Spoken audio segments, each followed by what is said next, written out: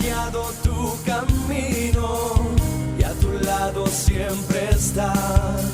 Sus promesas cumplirá y a su tiempo lo verás. Eres parte del pueblo de Dios, Él te levantará, te restaurará y tu victoria llegará.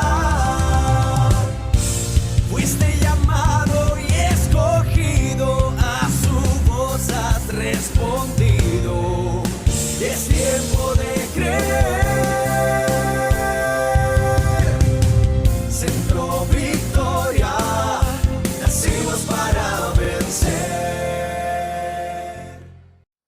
Orando. Anoche estuvimos tocando un tema o empezando un tema que a mí me apasiona, del que normalmente no he predicado, que tiene que ver con los símbolos. Hablábamos de la definición de diccionario de un símbolo. Un símbolo es un objeto, una realidad material que por conveniencia, por lo que sea, por asociación, representa algo diferente. Y decíamos, poníamos el ejemplo, por ejemplo, de la bandera en todos los países. De hecho, cuando yo estaba en la escuela teníamos una cosa llamaban los símbolos nacionales. ¿Se acuerda? Le enseñaba a uno que eran la bandera, el escudo y el himno. Esos eran los tres. Y desde la escuela le enseñaban a uno que había que cantar el himno nacional. Y entonces era casi lo primero que hacía. Y es más, en todos los días lectivos, antes de empezar las clases, había que formarse todos los grados, desde primero hasta sexto, y cantar el himno, todos los días. Era como la religión. Y yo les conté una vez, yo entré a la escuela muy jovencito, bueno, era un niño, tenía 5 años, cuando fui a primero, ahora ya no se puede hacer eso. Y el maestro de música en aquella época era un señor que ya falleció, obviamente, don Alfonso Quesada Hidalgo, que le decían Catina, y él tenía un trío que se llamaba Los Uquias, muy bueno, ganaron Festival de la Caña en Cali, todo, él era un muy buen músico y una muy buena persona.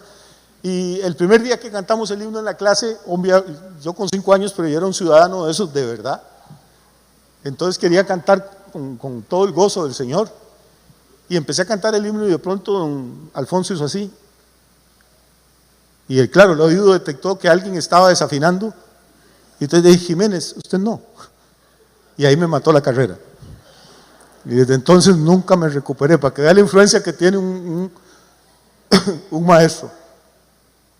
Después lo quise mucho y él me quiso también, pero bueno, eso es otra historia. Les decía anoche que como los diputados parece que no tienen nada que hacer y que no hay problemas en este país para resolver, entonces se dedican a inventar bestialidades. Y dentro de esas bestialidades empezaron a añadirle símbolos nacionales, por ley, son leyes. Entonces ya ahora no son solo la bandera, el escudo, el himno. Y ayer me contaba un muchacho que está estudiando Derecho, me dice, pastor, qué casualidad, hoy en clases estaban hablando de los símbolos nacionales. Me dice, ¿sabe cuántos son? ¿Alguien tiene idea? No. ¿Una idea? 86. Es que somos un país ridículo. Son símbolos que ya no representan nada. Si yo oigo el himno, yo me emociono. Si veo la bandera, me emociono. Si veo el escudo de Costa Rica, me representa a mi país.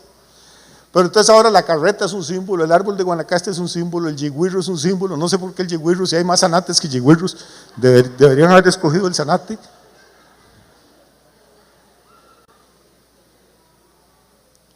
La carreta, si ya no hay carretas, ahora son las moto express.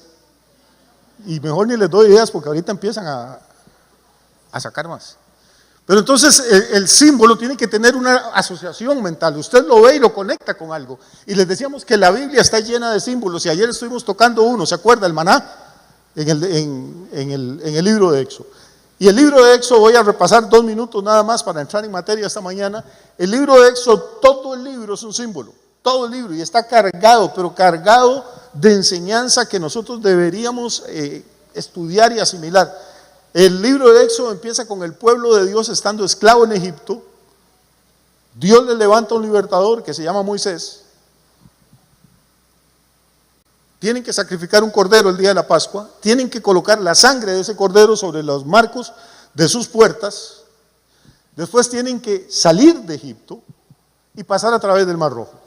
Y decíamos que según Pablo, en la primera carta a los Corintios, cuando ellos hacen la travesía por el Mar Rojo, tienen agua a un lado, agua a otro costado y una nube por encima, que es agua hecha vapor. Y Pablo dice que fueron bautizados en la nube y en el mar. ¿Recuerdan eso los que vinieron anoche?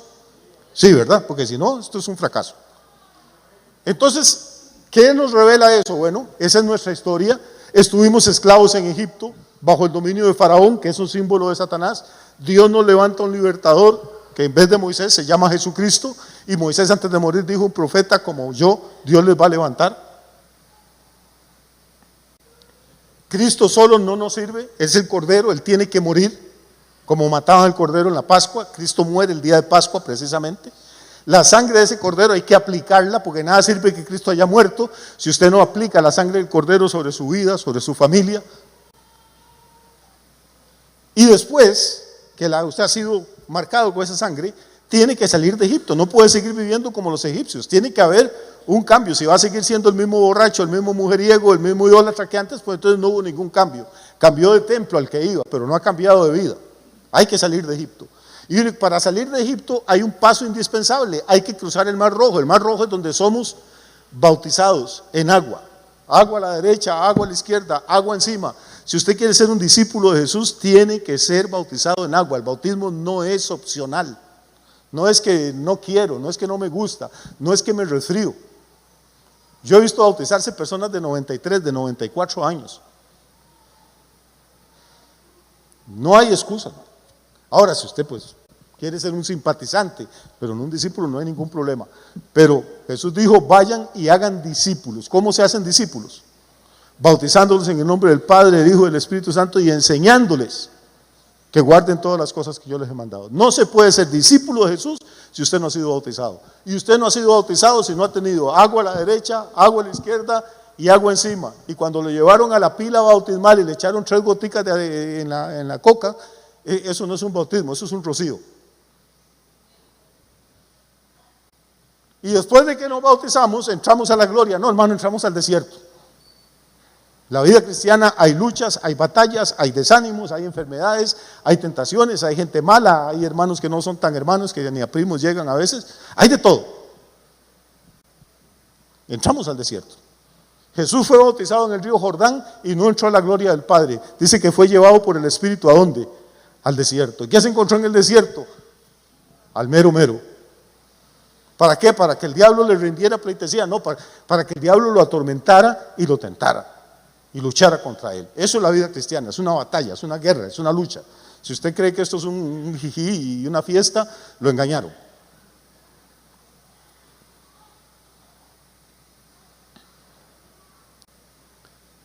Y lo que decíamos es que en medio de estas luchas y de todas estas cosas que todos tenemos, Dios sigue siendo fiel y sigue siendo misericordioso y provee para nosotros aunque estemos en el desierto. No hemos llegado al cielo, estamos en la lucha y en la prueba, pero en medio de la lucha Dios es fiel y nos va dando la victoria. Y una cosa que Dios hizo apenas cruzaron el Mar Rojo y entraron al desierto es que hizo llover maná sobre ellos. Decimos que ese maná eran como hojuelas de cornflakes y que dice la Biblia que sabían a miel. Curiosamente, si usted lee el Salmo 119, David dice que la palabra de Dios es más dulce que la miel. Y eso era exactamente lo que sabía el maná, porque el maná era un tipo de la palabra de Dios. Y que este maná, estoy repasando rápidamente lo que estudiamos anoche, después usted puede ver ahí el video en alguna parte. Ese maná, que era pan de nobles, le dice la Biblia, pan del cielo, le dicen los judíos, era un pan muy raro, porque si usted lo dejaba para el día siguiente, había que recogerlo cada mañana. Pero probablemente algunos israelitas de esos eran perezosos y eran muy listos. Y si no voy a estar yo levantándome cada mañana a recoger maná, mejor me llevo un canasto y recojo un montón para hoy, mañana. Pero Dios es más listo que los más listos. Y entonces si usted recogía un montón, se comía el de la mañana fresco, y cuando iba a comer a la mañana siguiente, dice la Biblia que ese maná le había pasado algo raro. Dice que se había podrido, hedía y había criado gusanos.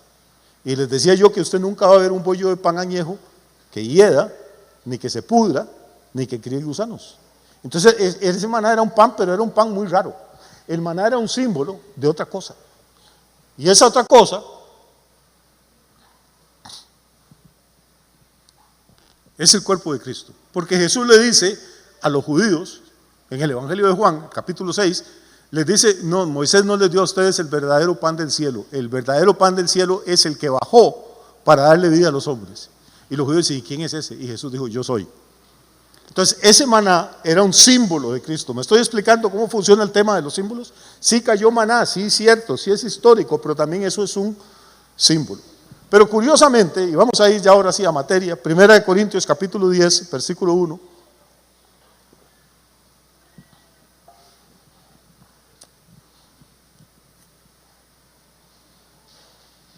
Léalo con cuidado de estos primeros 4 versículos del capítulo 10 porque son muy importantes.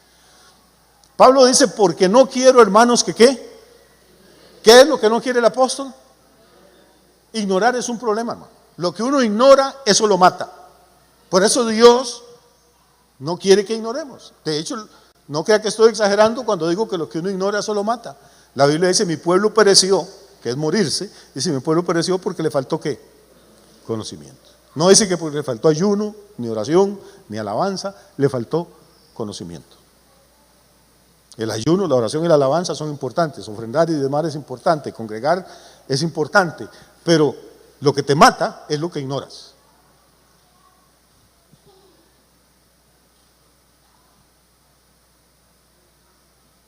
En el año 1986 yo estaba en una ciudad de Holanda que se llama Utrecht y alquilé un automóvil para ir a un paisecito pequeño que quería conocer siempre, se llama Luxemburgo. Y salí de una calle y cuando me di cuenta, tenía la trompa, hermano, asomada en una autopista y venían los carros a 90, 100 kilómetros por hora disparados, todo el mundo tocando pitos y encendiendo luces. Y vale que hay gente decente y amable y al final pararon y me ayudaron, me vieron la cara de indígena y bueno, no, por aquí no es. Y estaba súper bien marcado. No me acuerdo si decía wit o witkank en holandés, pero como el holandés mío es muy limitado, solo esas dos palabras recuerdo, wit y witkank. Una era entrada y otra salida, y yo me equivoqué. Y si no hubiera sido por esa gente, me meto, imagino que es meterse contra vía en una autopista, ¿no? Es que hay que ser Jiménez para poder hacer eso, no es fácil. Estaba bien marcado, pero como yo ignoraba el idioma, lo que ignoro me puede matar. Y en la vida espiritual es exactamente lo mismo. Entonces Pablo empieza diciendo, hermanos, yo no quiero que ustedes ignoren que todos nuestros padres, todos estuvieron bajo la nube. Está hablando del Éxodo ahora. Y todos pasaron el mar. Está hablando del mar rojo. Leamos el versículo 2. Y todos en Moisés fueron bautizados en la nube y en el mar. Volvamos al versículo primero. Note cuántas veces aparece en ese versículo la palabra todos. No quiero, hermanos, que ignoréis que nuestros padres todos estuvieron bajo la nube y todos pasaron el mar. Versículo 2. Y todos en Moisés fueron bautizados. ¿Cuántos fueron bautizados? Todos. ¿Cuántos tienen que ser bautizados en una iglesia bíblica que conoce la doctrina, que ama al Señor, que quiere obedecer la palabra? Todos. Todos fueron bautizados, no los que querían. Verso 3. Y dice, ¿y cuántos? Todos comieron el mismo alimento espiritual. ¿De qué alimento espiritual está hablando aquí? Del que hablábamos anoche, del maná. Que incluso hubo una canción famosa, ¿se acuerda? Maná, maná. Patí, patí. Tipi, tipi. Ok. Pero aquí vamos a entrar ahora a lo nuestro, versículo 4. No sé si yo lo logro recalcar, pero note la insistencia de Pablo con la palabra todos. Dice otra vez, y todos bebieron la misma bebida espiritual, porque bebían de la roca espiritual que los seguía, y la roca era Cristo. Quedémonos en ese versículo 4 porque es muy importante y es del que vamos a hablar hoy.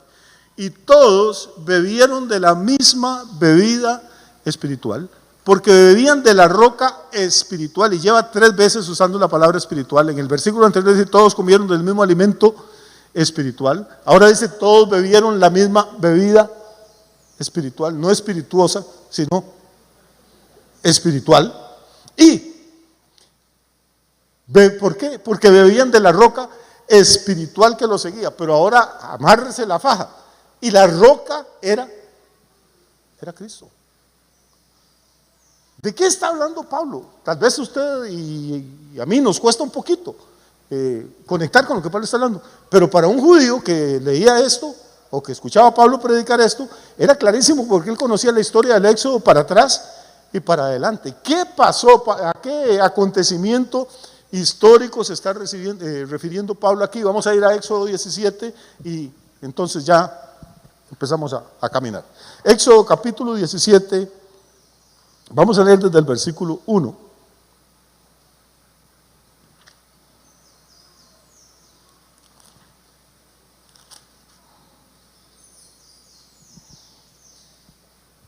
Es una historia misteriosa, lindísima y simbólica también. Dice, toda la congregación de los hijos de Israel, nota otra vez la palabrita, toda la congregación de los hijos de Israel partió del desierto de Sin por sus jornadas, conforme al mandamiento de Jehová, y acamparon en Refidim. ¿Y qué? Y no había agua para que el pueblo bebiese.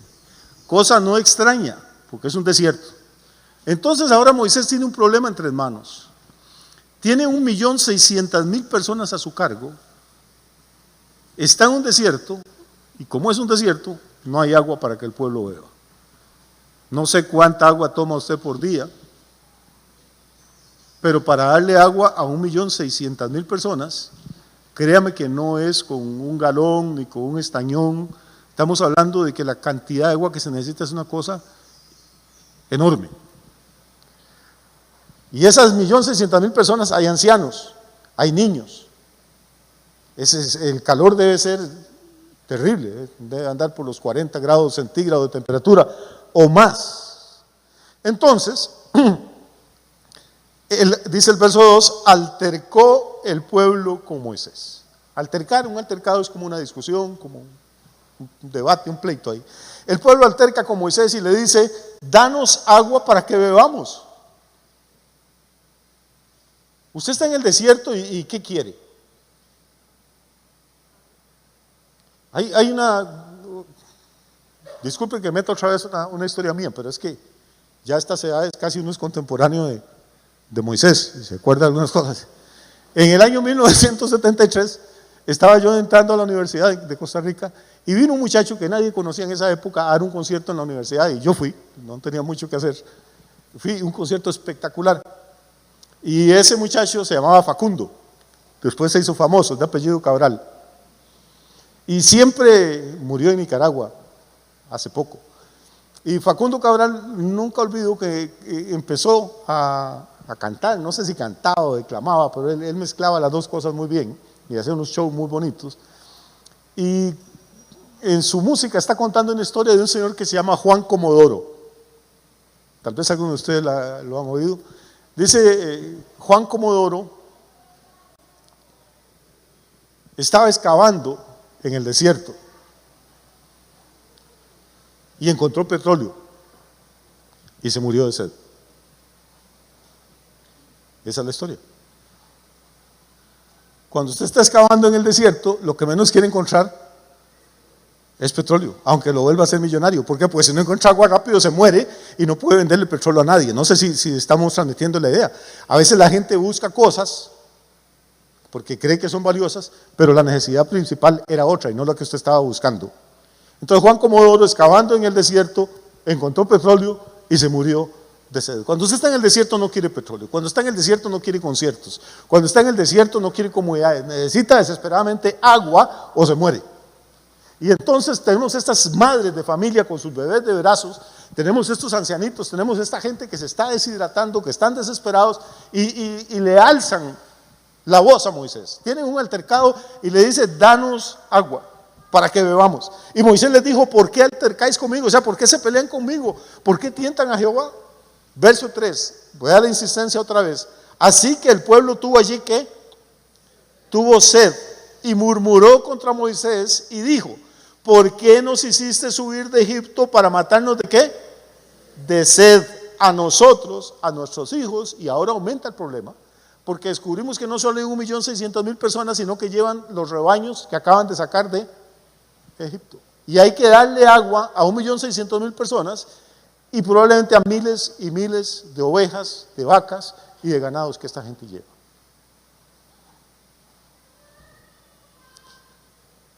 Entonces Moisés clamó a Jehová diciendo: ¿qué haré con este pueblo? ¿Por qué está preocupado Moisés? ¿Qué haré con este pueblo? Ahí lo dice la frase que sigue: porque de aquí a poco me van a apedrear. O sea, están tan desesperados por la sed, tan desesperados por la necesidad que tienen ellos, sus hijos y sus ganados de tomar agua, que si no hago algo me apedrean. ¿Y qué puedo hacer yo? Entonces dice, Jehová le dijo a Moisés, estoy en versículo 5: pasa delante del pueblo, toma contigo de los ancianos de Israel, y toma también en tu mano tu vara con que golpeaste el río antes de salir de Egipto, y ve. Y he aquí que yo estaré delante de ti allí sobre la peña en Horeb. Y golpearás la peña, y saldrán de ella aguas, y beberá el pueblo. Y Moisés lo hizo así en presencia de los ancianos de Israel. Ay, qué fácil leer eso. Golpearán la peña y saldrán de ella ¿qué? ¿Y qué va a pasar con esa agua? Dice, beberá pueblo. ¿Cuánto pueblo era? Mínimo eran 1.600.000 personas. Y el ganado, ¿cuánta agua salió de la peña? Es que a veces yo he visto pinturas y Moisés con un garrote ahí le da un leñazo a la piedra y sale un chorrillo de agua. No, eso no alcanza ni para lavarse los dientes. No, cuando está hablando aquí que brotaron aguas es para que tome líquido 1.600.000 personas y decenas de miles de semovientes, de ganado. No es como dice la gente, una naciente en el campo, un chorrito de agua. No, hermano, está hablando de una cosa impresionante, de un milagro extraordinario. Hasta ahí está el relato de Éxodo. De eso es lo que Pablo está hablando en 1 Corintios 10:4, cuando dice que todos bebieron la misma bebida espiritual. Y es que esta agua no solo era agua H2O, no solo eran 2 átomos de hidrógeno y 1 de oxígeno para hacer una molécula de agua. Pablo dice que esta era un agua especial, como el maná era un alimento especial, espiritual, le llama Pablo. Dice que esta era un agua ¿qué? Espiritual. ¿Se ha puesto a pensar en eso? Pero si eso no fuera suficiente, Pablo añade algo todavía en 1 Corintios 10:4. Dice, porque bebieron de la roca espiritual que los seguía. Mejor no pregunto esto, pero lo voy a hacer. ¿Lo ha seguido una roca alguna vez? Porque yo los conozco a ustedes.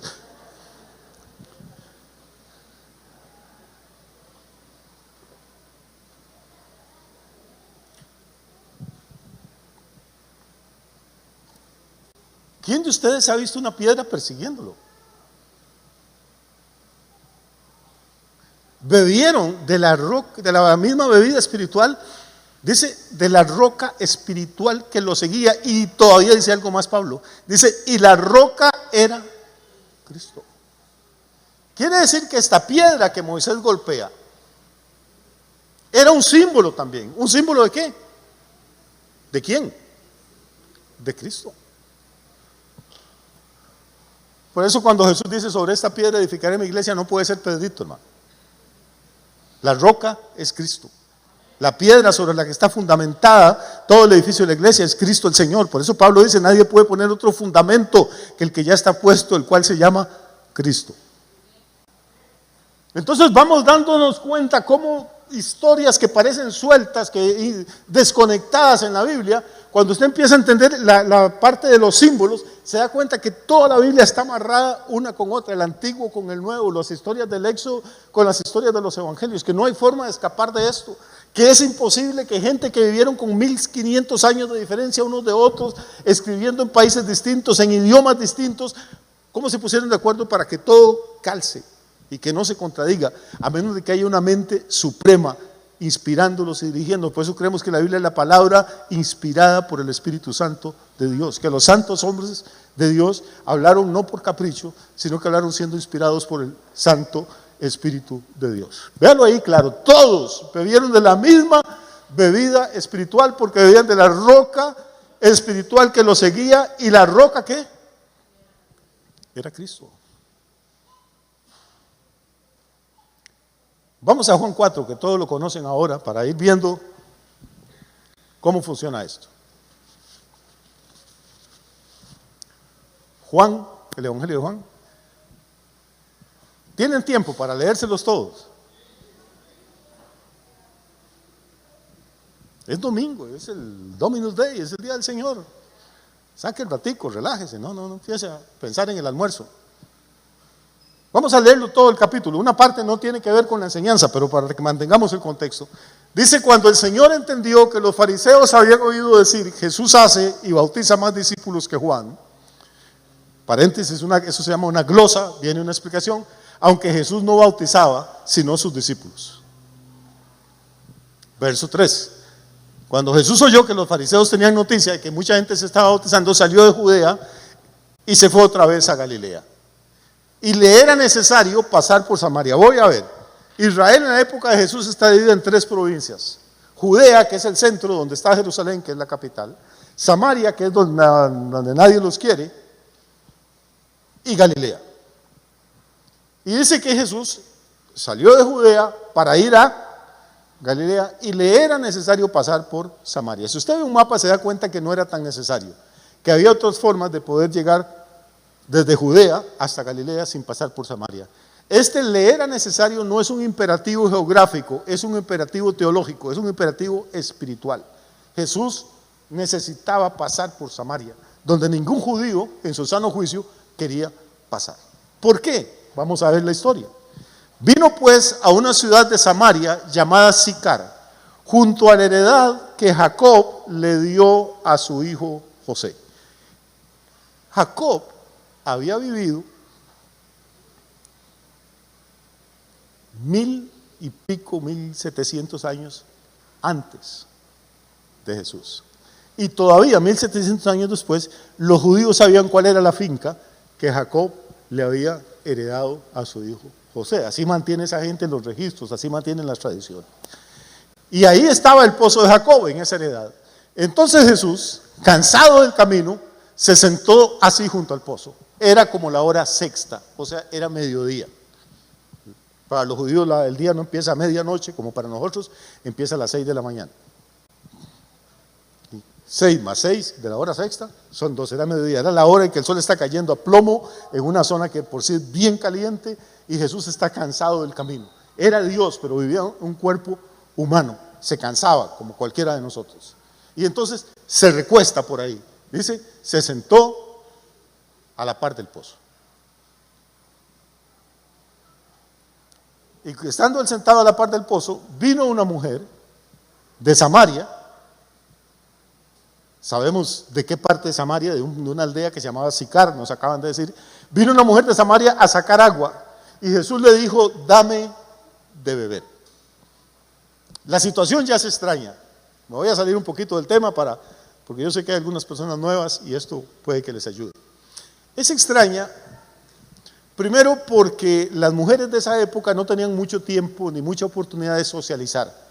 No es como ahora que usted se pone de acuerdo con una amiga o 2 amigas y dicen vamos al mall o a tomar café. Las mujeres no tenían esa oportunidad, bendito sea Dios, no había moles. Entonces la vida de las mujeres era más que nada trabajar y parir hijos. Y las pocas oportunidades que tenían de hacer amigas y de conocerse era cuando iban en las mañanas, antes de que el sol calentara mucho, iban con unas tinajas enormes al pozo. No había cañería tampoco, no había acueductos alcantarillados. Las calles duraban más. Y tenían que cargar el agua para cocinar, para beber, si tenían bebés, para lavar a los bebés, para bañarse la gente. Era un trabajo durísimo. Y los hombres no acarreaban agua. Eran otros tiempos, hermano. Entonces era un trabajo muy duro, consumía mucho tiempo y las mujeres aprovechaban para ir juntas. Entonces ahí a la orilla del pozo los maridos quedaban despellejados. Ahí se sabía quién estaba embarazada, quién estaba mal portada, la vida de milagros del pueblo, ahí era donde se resolvían todos los problemas. Por eso es muy raro que el Espíritu Santo nos dé estos detalles. Dice que era la hora sexta. ¿Qué importancia tiene en esta historia que nos diga la hora? Porque en la Biblia nada sobra. Nos dice que era mediodía. Esta mujer tiene dos cosas extrañas. Primero, va sola al pozo. Eso quiere decir que no tiene amigas, o que las otras no quieren ser amigas de ellas. Y segundo, va a una hora terrible, precisamente para no encontrarse a las otras mujeres del pueblo. Va a la hora que ella sabe que no va a haber ninguna mujer en su sano juicio cargando esas tinajas enormes de agua en el pozo. Y déjeme contarle algo. Me nació la curiosidad, bueno, ahorita se lo cuento. Jesús está solo. ¿Por qué? Versículo 8. Dice, porque sus discípulos habían ido a la ciudad a comprar comida. Entonces, de pronto tenemos una mujer que llega sola al pozo y un hombre que está solo ahí en el pozo. Y ya vamos entendiendo por qué era necesario para Jesús pasar por Samaria.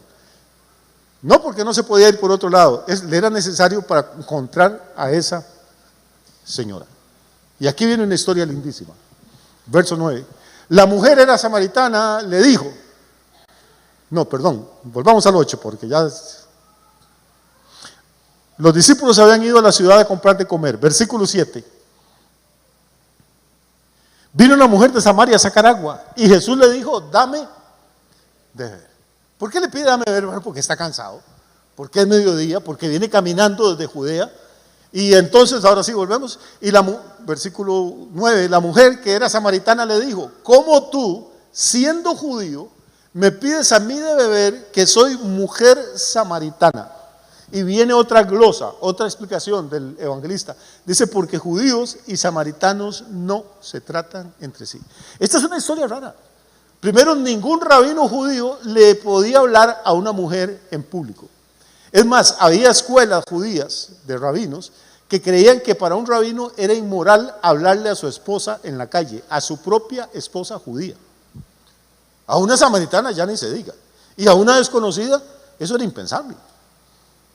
Y además la mujer se extraña, la mujer que es samaritana le dice, oiga, usted es un hombre, es judío, yo soy mujer, soy samaritana, ¿por qué me pide agua a mí? O sea, ¿cómo se atreve a dirigirse a mí?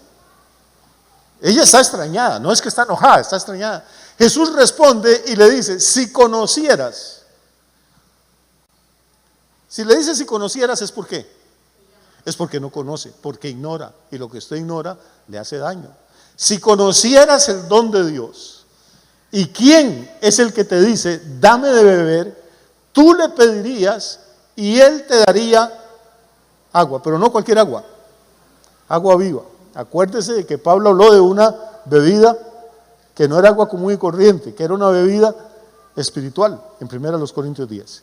Muy bien, versículo 11. La mujer le dijo, Señor, no tienes con qué sacarla. O sea, no me haga promesas que no puede cumplir. ¿Cómo me va a dar usted agua a mí si no tiene con qué sacarla y el pozo es hondo?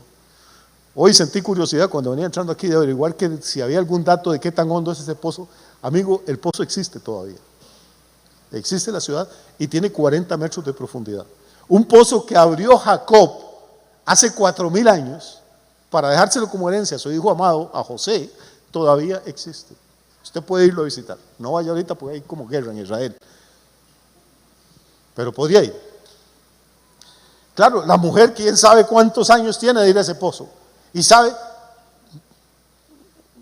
ustedes son de otra generación, ustedes ni siquiera saben qué es un pozo. Cuando yo estaba pequeñito iba a la casa de mi abuela y en el centro de la cocina tenían un pozo. Y era un agua súper fresca, no tenían refri los viejos, pero esa agua era deliciosa. Y normalmente un pozo puede tener 6, 7, 8 metros de profundidad, depende del lugar donde usted excave hasta que llegue a la capa freática y encuentre el agua. Este pozo, como esa es una zona desértica y el agua está muy abajo, tiene 40 metros de profundidad. 40 metros, hermano, eso es una cantidad de metros. ¿Por qué?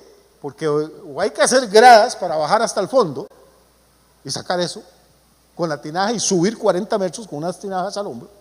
O si lo sacan con una especie de balde y mecate, hay que tirar 40 metros de cuerda para abajo hasta que el balde llegue, llenar, salar. ¿Cuántas veces habrá que hacer eso? ¿Cómo le quedarían las manos a esas señoras?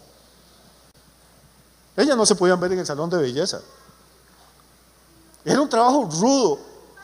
Y la mujer que conoce, dice, este tipo es un extranjero, es un ignorante, ¿cómo me va a dar agua?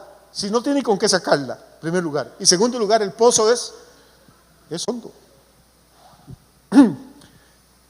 Y ella sigue: ¿acaso eres tú mayor que nuestro padre Jacob, que nos dio este pozo, del cual bebieron él, sus hijos y sus ganados? Piense por un momentico lo que esta señora está diciendo. En este pozo, hace 2000 y pico de años, bebió agua Jacob, el padre de toda la nación de Israel, de las 12 tribus.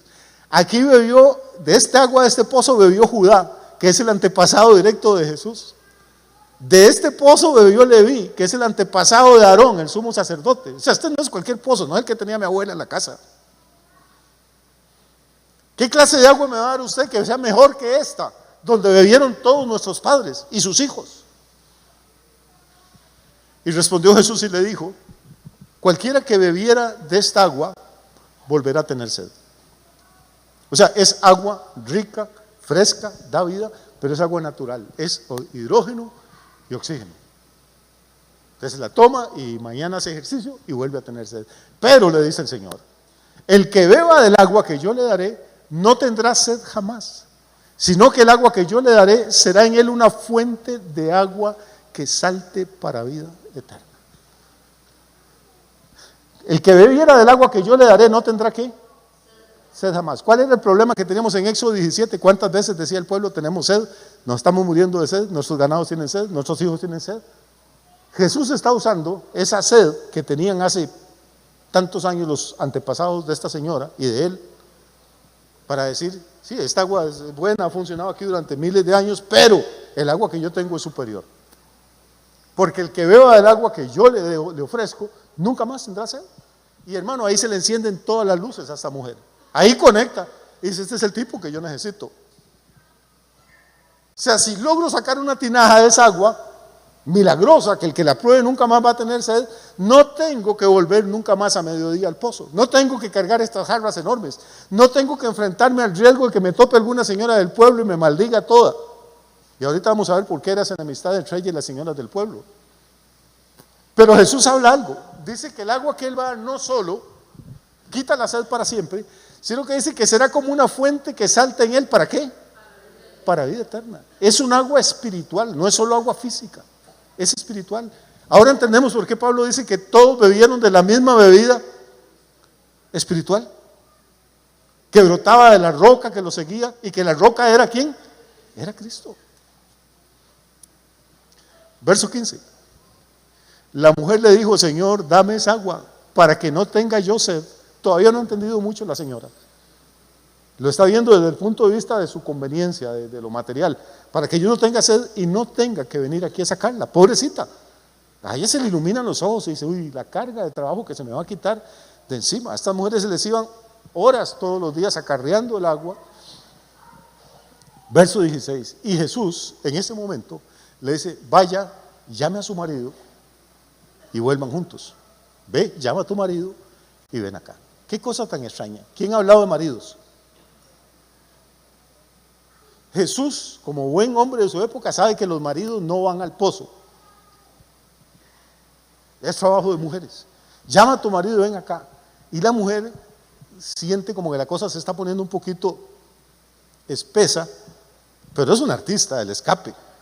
Y le dice: no tengo marido. Eso puede significar varias cosas. Soy soltera, soy viuda. No está mintiendo. No está mintiendo, pero está tratando de esquivar una situación un poquito incómoda. Le dice: no tengo marido. Y Jesús le dice: bien has dicho, no tengo marido. O sea, tenés razón, no tienes marido. Sigamos, verso 18. Porque 5 maridos has tenido. Y el que ahora tienes, o sea, no está sola, ni es viuda, ni está soltera. Pero ella estaba tratando de ocultar esta parte. Y ahora entendemos por qué las viejillas del pueblo no la querían. En una aldea pequeñita, usted sabe, pueblo pequeño, infierno grande. Y esta señora probablemente se llevaba a los maridos de las otras. Yo sé que usted no va a creer eso, pero todavía hay cosas así. Hay mujeres tan consideradas que para no maltratar al marido de ellas usan al de la vecina, para no desgastar al de ellas. Y probablemente esta señora era así. Y Jesús le dice, 5 maridos has tenido. Mi pregunta, hermano, Jesús es judío, esta mujer es samaritana. Nunca se han visto, viven a kilómetros y kilómetros de distancia. Nunca han tenido un punto de contacto. ¿Cómo sabe Jesús quién es ella? ¿Cómo puede decir cuántos maridos ha tenido? ¿Y cómo sabe el estado civil de ella en ese momento que con el que ella está viviendo no es su marido? Si usted no puede ver nada sobrenatural en esto, pues perdón que le diga, pues que está ciego. Jesús está usando la palabra de ciencia, la palabra de sabiduría, un don del Espíritu Santo, y le está pintando a esta mujer un cuadro de lo que ha sido su vida y la razón por la que ella está sola en ese pozo y la razón por la que ella está exactamente a esa mediodía en ese pozo. Y la razón por la que las señoras del pueblo la consideran un peligro. Tal vez las otras viejas eran más malas, pero eran más agazapadas. Yo no sé, pero no la querían. 5 maridos has tenido, el que ahora tienes no es tu marido. Eso has dicho con verdad. ¿Qué siente una persona, hermano, cuando alguien que no lo conoce y que usted sabe que nunca lo ha visto y le pinta su vida? Uno lo que queda es asustado, impresionado. Yo he hecho, por ejemplo, ¿quién es este hombre? Y eso le tiene que pasar a esta señora. Y le dijo la mujer, Señor. Ya no le está reclamando que es judío, ahora le dice, Señor, me parece que tú eres profeta. Bueno, va bien la señora. Ahora aquí se nos desvía otra vez. Aguanta un ratito más, pues yo lo veo. Es que esto es importante, no tiene que ver con el tema. Les dije que iba a ser un paréntesis largo, pero volveremos. Nuestros padres, dice ella, adoraron en este monte. Está en Samaria. Y vosotros decís que en Jerusalén es el lugar donde se debe adorar. Los samaritanos tienen desde hace varios siglos su propio templo. Los judíos tienen su templo en Jerusalén, en el lugar que Dios dijo que debían de tenerlo. Por eso los judíos desprecian el templo de los samaritanos y el culto de los samaritanos y a los sacerdotes de los samaritanos. Y si usted va a Samaria, todavía hay gente de religión samaritana en esa zona. Existen, pocos, pero quedan. Entonces, el odio entre judíos y samaritanos, el disgusto, la enemistad que hay, tiene varias razones, pero una razón es religiosa. Los judíos tienen su templo, su sacerdocio, y tienen el Antiguo Testamento que dice, aquí fue donde Dios dijo que edificáramos el templo, y solo uno puede haber. Y ustedes en rebelión, en desobediencia, levantaron otro allá en Samaria para no venir hasta Jerusalén. Por eso lo de ustedes no sirve. Obviamente los samaritanos se sienten humillados por la actitud de los judíos, y entonces se rompen las relaciones. Y ahora la mujer que ve que ha sido descubierta, que su situación civil quedó desnuda delante del Señor, entonces empieza a cambiar el tema y lo convierte en una cuestión de religión. Nuestros padres dicen que se debe adorar en este templo y los judíos dicen que es en Jerusalén. ¿Cómo es ese asunto que no me queda claro? Jesús no ha hablado nada de templos, no ha hablado nada de adorar, no ha hablado nada de religiones. Lo que le dijo fue vaya y traiga a su marido. Usted empieza a hablarle de Cristo a alguien, empieza a hablarle del Evangelio, empieza a hablarle de que hay que arrepentirse del pecado y convertirse. ¿Y sabe qué hacen las personas? Es que es automático. Le dice, bueno, pero es que yo soy católico. ¿Quién me ha dicho católico, papa o vaticano? Estamos hablando de Cristo. Pero en el momento en que ellos sienten que el Espíritu Santo empieza a redarguirlos, levantan un muro, y el muro es la religión. Por eso es que las religiones son una maldición, hermano. La religión es una vacuna para que la gente no conozca el verdadero evangelio. Y esta señora inmediatamente levanta la pared y dice, bueno, es que sí, muy bonito eso que usted dice, pero yo tengo mi religión, que era la de mi papá y la de mi abuelito y mi tatarabuelo. Y usted tiene otra, usted me está hablando. Jesús no ha hablado de religión en ningún momento. Le está mostrando a ella cuál es su verdadera necesidad espiritual. Le está mostrando cuál es el origen de sus problemas. Le está diciendo, mija, usted está aquí solita, cansada, humillada y avergonzada por algo que hay en su vida. Y a mí me era necesario venir aquí a Samaria para poderle ayudar a usted. Jesús pudo haber hecho el camino más corto si se va por otro lado. No era tanto que Jesús necesitaba pasar por Samaria, es que esta samaritana necesitaba que Jesús pasara por ahí, que es bastante diferente. Hermano, Jesús no lo necesita a usted, ni me necesita a mí. Jesús no necesita a nadie. Existe desde la eternidad, antes de que usted naciera, antes de que naciera Adán, antes de que naciera el universo, ya Jesús era. Él no nos ocupa, si estamos aquí es por el amor de Él, nada más, porque Él tiene un plan y un propósito para su vida. Jesús no ocupaba realmente pasar por Samaria, quien ocupaba era esa mujer. Y está ahí llevando sol y cansado y pidiendo agua. Él que es el creador de todo el agua del universo, a una mujer pecadora, porque ella necesita ser confrontada con su pecado, necesita ser confrontada con su propia situación. Jesús le dijo: mujer, créeme que la hora viene cuando ni en este monte, o sea, ni aquí en Samaria, ni en Jerusalén, adoraréis al Padre. Ustedes adoran lo que no saben, nosotros adoramos lo que sabemos, porque la salvación viene de los judíos. ¿Entiende por qué Satanás odia a los judíos? ¿Entiende por qué las Naciones Unidas odian a los judíos? ¿Entiende por qué tanta gente que nunca ha visto un judío en su vida? Los judíos ladrones, explotadores, nunca han visto uno, pero repiten como papagayos lo que escuchan por ahí de gente igual de ignorante. La razón por la que el diablo odia al pueblo de Israel es porque la salvación viene de los judíos, porque el que lo derrotó en la cruz del Calvario era judío, circuncidado. Tenemos que entender esto. Pero la hora viene y ahora es cuando los verdaderos adoradores adorarán al Padre en espíritu y en verdad, porque también el Padre tales adoradores que busca que le adoren. Vamos a seguir un poquito y ya salimos de este paréntesis.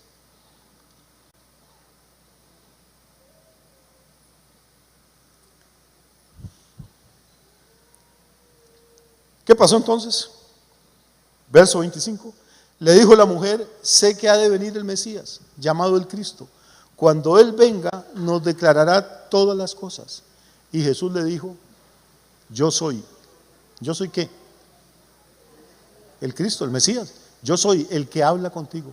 Esta es una de las 7 veces que Jesús usa la expresión yo soy. Y le revela a una mujer samaritana que Él es el Mesías antes que a sus propios discípulos. Hay gente que dice que las mujeres no tienen que hacer nada en la iglesia, que no sirven para nada, solo para que barran el templo. No, hermano. Si usted se da cuenta, las primeras personas a las que Jesús resucitado se le revela son mujeres. A las que les manda que le den el recado que Él ha resucitado, no se le aparece de una vez a los apóstoles, le aparece a mujeres y las envía. Y ahora le revela a la primera persona a la que le revela que Él es el Mesías, así sin disimulo, a sangre fría, y yo soy el que habla contigo. Y entonces, en lo que Él está en esta revelación, llegan sus discípulos, que no oyeron. Llegan sus discípulos, ¿y qué hacen cuando llegan? ¿Perdón? ¿Qué? ¿Perdón? Se maravillaron. ¿Se maravillaron de qué? De que Jesús estuviera hablando con una mujer. ¿Se acuerdan lo que le dije? No era normal que un rabino hablara con ninguna mujer en la calle, pero Jesús no era un rabino normal. Vino para que no haya diferencia entre judío ni griego, ni esclavo ni libre, ni varón ni mujer. Esa es la verdadera igualdad real, no esta payasada que ha inventado ese otro montón de pervertidos. La igualdad real es la que un hombre y una mujer tenemos delante del Dios Santo. Los dos somos pecadores, varones y mujeres, y los dos necesitamos la sangre del Cordero, varones y mujeres. Y los dos, si le obedecemos, estamos destinados a la gloria eterna, varones y mujeres, no hay diferencia. Esa es la verdadera igualdad. Se maravillaron de que hablara con una mujer, sin embargo, ninguno se atrevió a preguntarle: ¿de qué hablas con ella?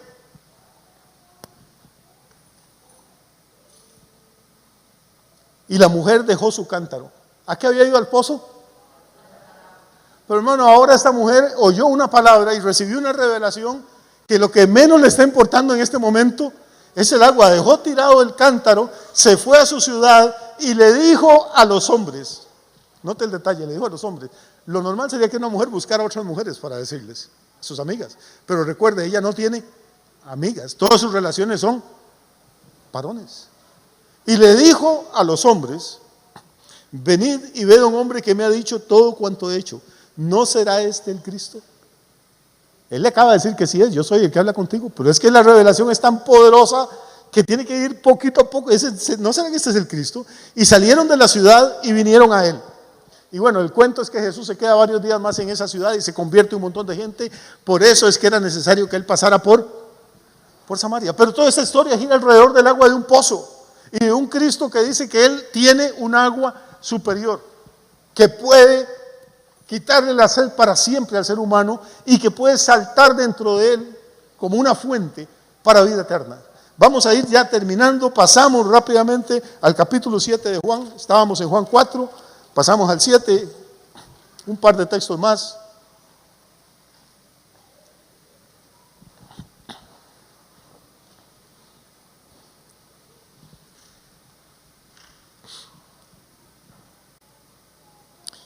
Versículo 1, dice: después de estas cosas, andaba Jesús en Galilea. ¿Se acuerda que iba de Judea para Galilea, pero le era necesario pasar por Samaria? Ya ahora pasan unos días en Samaria y ahora ya llegó a Galilea. Después de estas cosas andaba Jesús en Galilea, pues no quería andar en Judea porque los judíos procuraban matarlo. No quería andar en Judea porque ahí estaba Jerusalén, ahí estaba el Sanedrín, los fariseos, los saduceos. Entonces estaba en Galilea. Y estaba cerca la fiesta de los judíos, la de los tabernáculos. Y sus hermanos, los de Jesús, le dijeron: sal de aquí y vete a Judea, para que también tus discípulos vean las obras que hacen. Porque ninguno que procura darse a conocer hace algo en secreto. Si estas cosas haces, manifiéstate al mundo. Ve qué interesante. Hay hermanos que es mejor ser uno solo. Jesús está en Galilea, se vino de Judea, cruzó por Samaria, ahora está en Galilea, pero está cerca, faltan pocos días para una fiesta importantísima, la fiesta de los tabernáculos. Es la última fiesta en el calendario religioso judío, que hay 3 grandes fiestas que todo judío tiene que subir a Jerusalén a celebrar. Y la última, la culminación, es la fiesta de los tabernáculos. Y como está cerca, sus hermanos de Jesús, diga lo que diga la Iglesia Católica, Jesús tuvo hermanos, no primos, hermanos. Sus hermanos le dicen: oiga, si usted es el Mesías, ¿por qué está aquí escondido? Para que no lo maten. Nadie que tiene ese poder como usted y tiene sus milagros, se viene a esconder, lo hacen público. ¿Por qué no baja a Jerusalén? Y uno dice: oiga, ¿cómo lo apoyan estos hermanos? Pero no, lea el versículo que sigue, verso 5, dice: porque ni aún sus hermanos creen en él. Cuando usted le dice a la gente que Jesús tuvo hermanos, ¿qué dice el católico? Sí, pero eran hermanos en la fe, como nosotros cuando nos llamamos hermanos. No eran hermanos en la fe, estos no tenían ninguna fe en Jesús. Dice: ni aún sus hermanos creían en él. Eran hermanos biológicos, obviamente. No sé cuál es el problema con que haya tenido hermanos biológicos, pero hay gente que está tan obsesionada con el sexo que no soporta que Jesús pueda haber tenido más hermanos. Ni sus hermanos creían en él. Entonces Jesús les dice: no bajen ustedes, yo no voy a ir. Pero baja después. Baja hasta Jerusalén para estar en el templo, en la fiesta. Y el versículo 37, esa fiesta duraba una semana completa.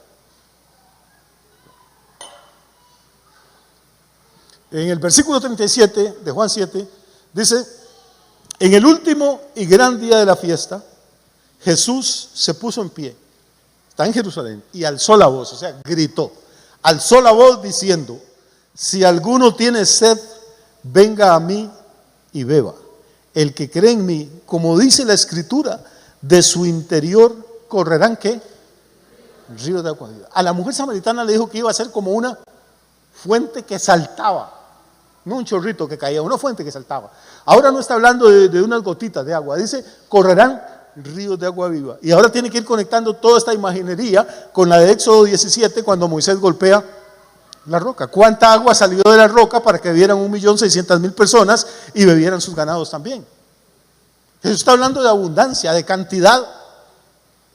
Y Pablo, si no nos queda claro, dice: bebieron de la misma bebida espiritual que salía de la roca espiritual, y la roca era Cristo. Y ahora este Cristo está de pie ahí, ya no ofreciéndole solo a una mujer samaritana, sino que está en Jerusalén, en el corazón de la religión, en la plaza del templo, gritando a la gente: si alguno de ustedes tiene sed.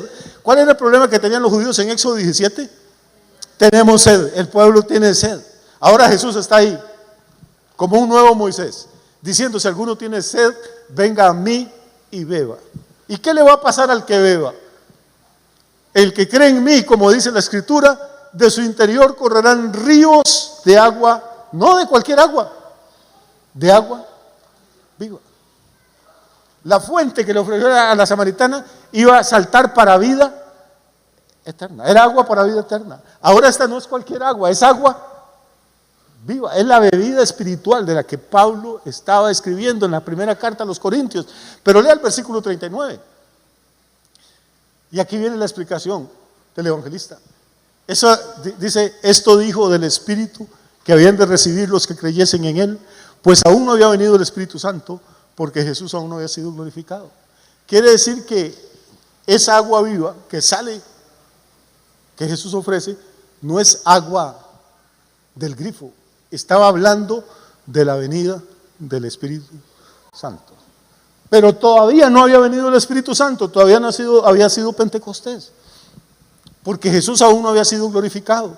Y antes de ser glorificado tenía que ser crucificado. Antes de que el agua brotara de la roca, Moisés tenía que herir la roca. Y antes de que el Espíritu pudiera venir, la roca espiritual, la roca verdadera que es Cristo, tenía que ser herida, para que después pudiera brotar el agua de la vida, que es un símbolo del Espíritu Santo de Dios. Quiere decir que estábamos en Egipto presos de Faraón, salimos gracias a un cordero, aplicamos la sangre del cordero, escapamos de Egipto, cambiamos nuestro estilo de vida, nos bautizamos, eso es lo que simboliza el bautismo, muertos al pecado, resucitados a una vida nueva, entramos al desierto, hay luchas, hay pruebas, hay tentaciones, pero Dios provee ahí. ¿Qué es lo primero que Dios provee? Pan, alimento espiritual, su palabra. Y segundo, provee agua. ¿Qué es el agua? Es el Espíritu Santo. Porque podemos tener 1000 Biblias y sin la unción del Espíritu Santo no vamos a entender nada. Y podemos tener mucha unción del Espíritu Santo, pero si no tiene la Biblia va a acabar descarriado y enseñando una falsa doctrina. Necesitamos el maná y necesitamos el agua. Y déjenme terminar con un versículo.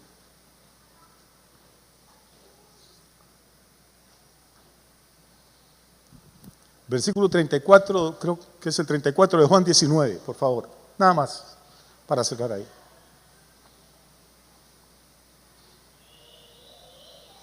Jesús está en la cruz, la roca verdadera, la roca espiritual está ahí clavada y ocurre algo extraño. Dice Lucas que uno de los soldados, a un hombre que está crucificado, que está agonizando, dice, uno de los soldados le abrió el costado con una lanza. Y al instante que salió de ahí, salió sangre y agua. La sangre del cordero en Egipto y el agua que había brotado de la roca cuando Moisés la hirió. Moisés golpea la roca y brota un agua de vida. El centurión abre el costado de Cristo y curiosamente brota agua de ese cuerpo que es la verdadera roca. Hermano, el plan de salvación, el plan de redención es perfecto. Nada le sobra, nada le falta. Este es un libro de verdad maravilloso. No es un libro aburrido, no es un libro de religión. Y todo mi trabajo y mi lucha durante tantos años acá en la iglesia ha sido eso, hermano. Enamórese del Señor, enamórese de la Biblia.